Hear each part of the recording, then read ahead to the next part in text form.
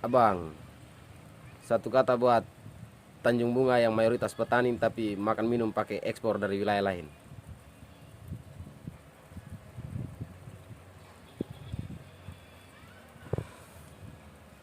Jadi kondisinya begini, petani sedari awal itu dalam sejarahnya sudah menemukan kejayaan, yang mana pada masa lalu itu petani Tanjung Bunga bahkan seluruh Flotin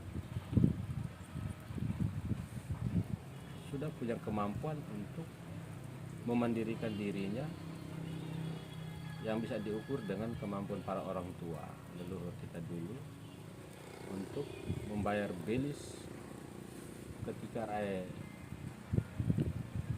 menikah dengan barter padi ditukar dengan gading. Itu dulu, bahwa padi bisa ditukar dengan gading pada masa itu sesungguhnya kejayaan petani itu tidak boleh sirna. Perjalanan selanjutnya terjadi evolusi, teknologi masuk, perubahan zaman terjadi. Kebutuhan utamanya berpindah dari barter menjadi nilai tukar rupiah. Ketika terjadi nilai tukar rupiah, petani kehilangan harapan. Letak masalahnya bukan pada lahan tidak memberikan hasil pertanian lagi, tetapi hilirisasi tentang pertaniannya belum mampu kita jangkau pada saat itu sampai dengan 1-2 tahun belakangan ini. Produksinya tinggi, pasarnya tidak ada. Maka para petani mengubah mindsetnya, cara pikirnya untuk terus bertani yang berorientasi pada rupiah. Maka berpindahlah dari pola tanam padi jagung menjadi pola tanam perkebunan, yaitu mente, dengan harapan mente bisa memberikan kontribusi hasil berupa rupiah. Perjalanan demi perjalanan akhirnya mente pun produksinya menurun. Ketika terjadi penurunan produksi mente, maka pendapatan petani menjadi kecil. Ketika terjadi transformasi tanaman jagung padi menuju ke mente, maka lumbung-lumbung pangan berupa padi ataupun jagung di petani menjadi terbatas. Maka tidak ada pilihan lain selain petani mendapatkan akses pangannya dengan cara membeli ke kota, dalam hal ini Laran Tuka. Lalu karena tingkat produksi padi di masyarakat itu juga menurun, akhirnya hukum pasar terjadi. Harga beras semakin naik dan terus naik, tetapi tumpuan pendapatan melalui maintenance menurun. Pada akhirnya meskipun kita bersandar makan pada padi yang dibeli di toko, tetapi ukuran kesejahteraan yang diperoleh masyarakat tidak tercapai. Kenapa demikian? Seluruh pendapatannya itu habis untuk konsumsi harian, kebutuhan harian pangan, sehingga akses kebutuhan yang lain seperti pendidikan, kesehatan, kesejahteraan, dalam hal ini sandang pangan, papan, menjadi sulit terjangkau di wilayah Tanjung Bunga. Sedangkan hakikatnya memang orang yang harus kita anggap paling mandiri, paling merdeka di dalam republik ini adalah petani. Kenapa mereka disebut merdeka? Bekerja di atas kekayaannya sendiri, potensinya sendiri, lahannya sendiri. Tugas kita adalah mencetuskan yang namanya hilirisasi. Jadi petani mau mengelola mente, hasilnya terukur, mau mengelola padi, hasilnya terukur, mau mengelola jagung pun hasilnya terukur untuk mewujudkan kesejahteraan. Bagaimana dengan kondisi yang ada ini kita hubungkan dengan kebiasaan petani menggantungkan ekonominya pada mente dengan yang tentang tanam padi jagung ini sudah semakin kerdil, semakin surut untuk seluruh masyarakat petani yang ada di setiap wilayah dalam Kecamatan Tanjung Bunga, bahkan satu Flores Timur. Jadi itu kita anggap sebagai sebuah persoalan. Kita anggap sebagai sebuah persoalan yang kemudian kita mesti lakukan terobosan dalam bentuk sebuah konsep baru yang harus kita dorong ke tengah-tengah petani yang semulanya tanam mente untuk dapat uang. Yang kita ubah mereka adalah kita ubah cara pandangnya yang semula bercocok tanam padi jagung hanya untuk konsumsi, lalu kita ubah menjadi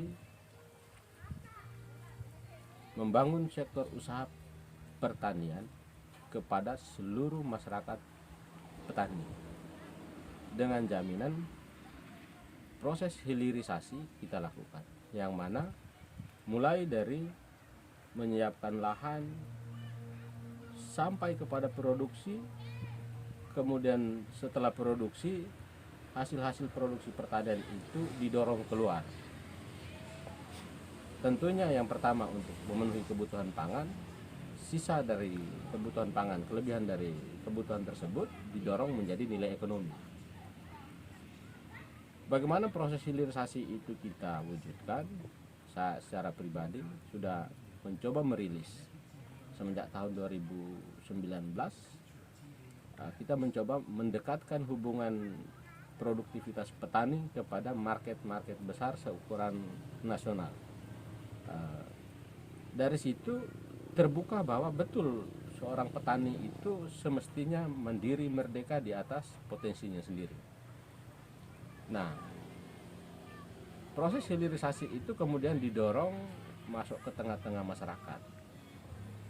Namun terdapat banyak juga kendala di sana karena masyarakat dalam hal trustnya terhadap sektor pertanian dalam padi dan jagung ini masih sangat rendah, karena orientasi berpikirnya di sektor komoditas seperti mente masih lebih unggul.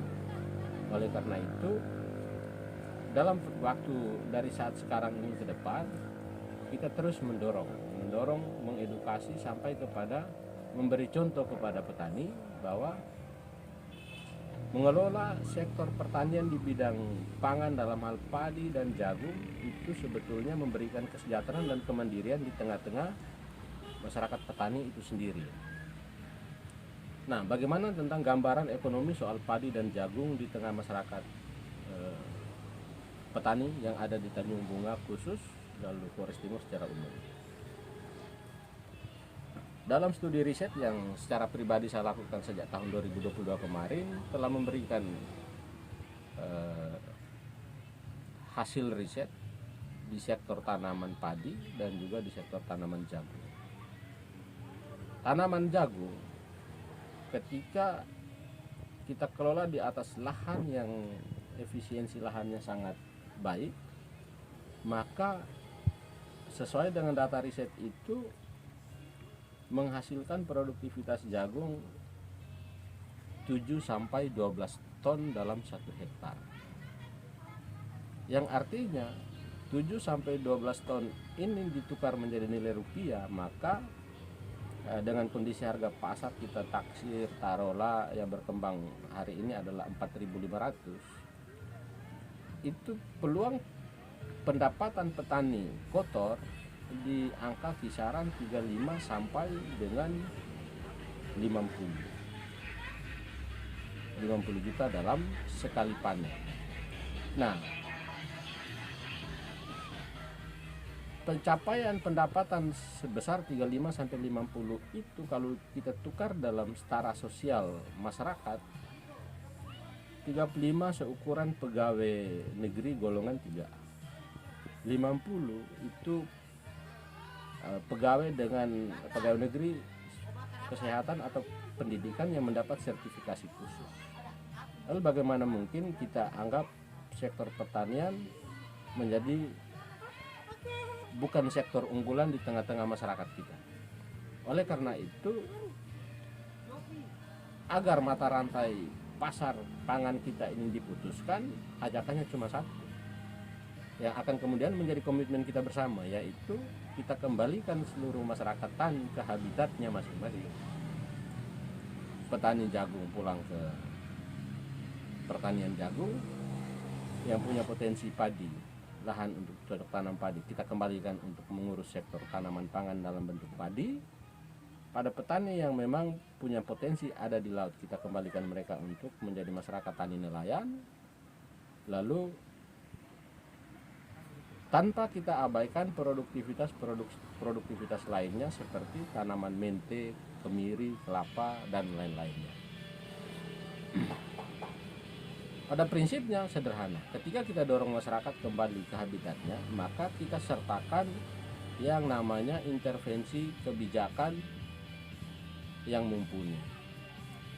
Kegagalan kita sejauh ini karena memang secara pribadi saya menilai para petani yang notabene 75% tersebar di wilayah Kabupaten Flores Timur ini mendapatkan akses untuk mengelola pertanian itu perjuangannya secara orang perorangan tanpa ada intervensi yang maksimal dari pihak pemerintah ataupun pihak manapun.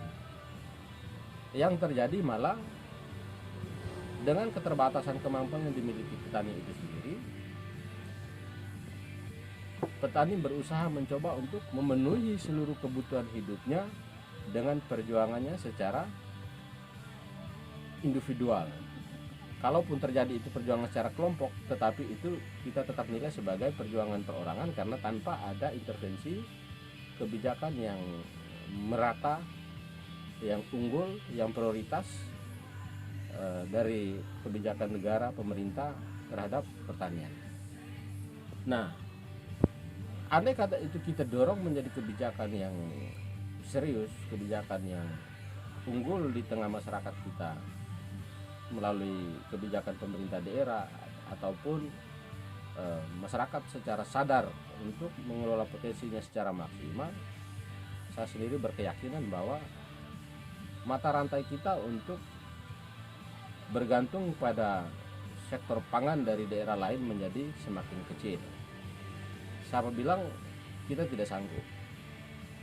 Ketika kita lakukan studi di sektor padi, di atas lahan yang efisiensi lahannya mencapai 100%, katakanlah sawah. Sawah mempunyai efisiensi lahan 100%. Sementara produktivitas padi di atas lahan sawah